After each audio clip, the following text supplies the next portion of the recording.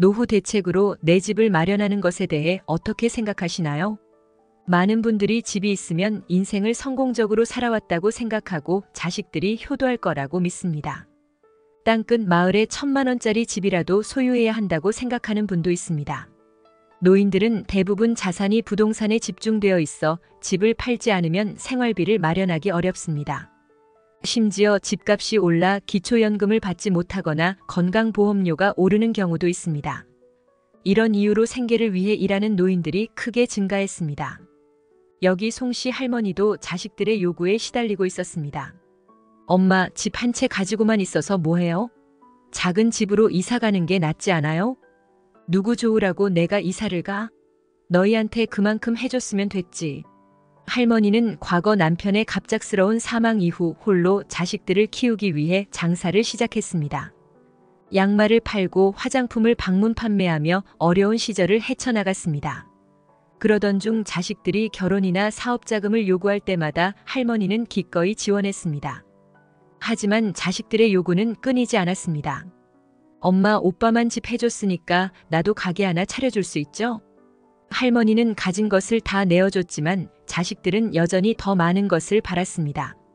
그러던 어느 날 폐지를 줍던 중 사고를 당한 할머니는 크게 다쳐 더 이상 일을 할 수 없게 되었고 수술비를 자식들에게 부탁했지만 엄마, 오빠한테 한번 물어봐요.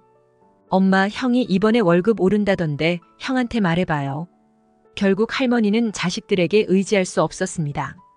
고립된 상황에서 할머니는 외로움과 신체적 고통 속에서 지내야 했습니다.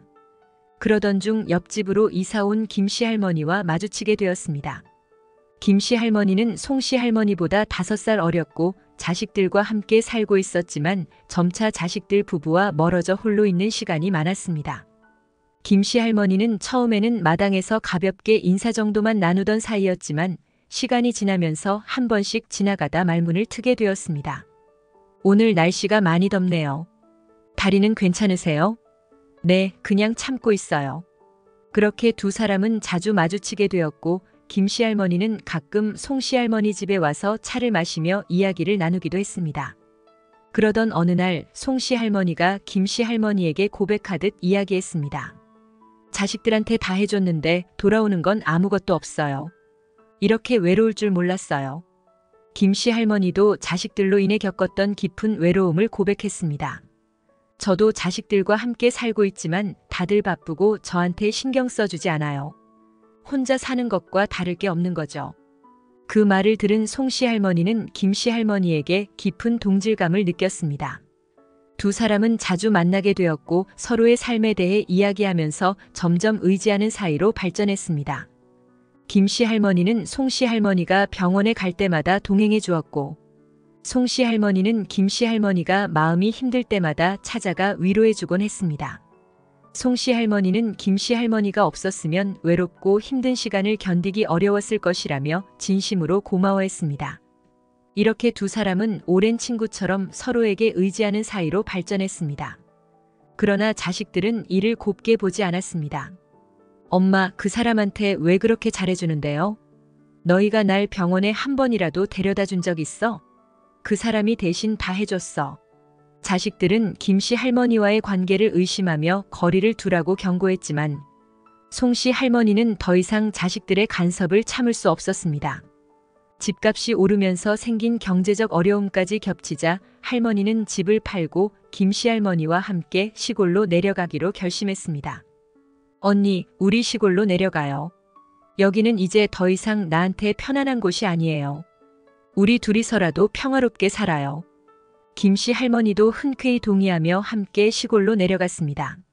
시골 생활은 조용하고 평온했습니다. 마을 사람들도 친절했고 두 할머니는 서로를 의지하며 자연 속에서 새로운 삶을 시작했습니다. 하지만 어느 날 김씨 할머니가 병으로 세상을 떠나게 되었고 그녀가 남긴 편지는 송씨 할머니에게 깊은 감동을 주었습니다. 언니 덕분에 내 삶이 정말 살만했어. 자식들 눈치 보며 사는 게 아니라 언니와 함께한 시간이 제일 행복했어. 남은 여생 잘 보내고 우리 다시 만나요. 송씨 할머니는 김씨 할머니의 빈자리를 느끼며 자신도 스스로의 삶을 소중히 여기기로 다짐했습니다. 자식들에게 더 이상 재산을 물려주지 않고 독거노인들을 위한 단체에 기부하겠다는 유언을 남기며 새로운 삶을 향해 나아갔습니다.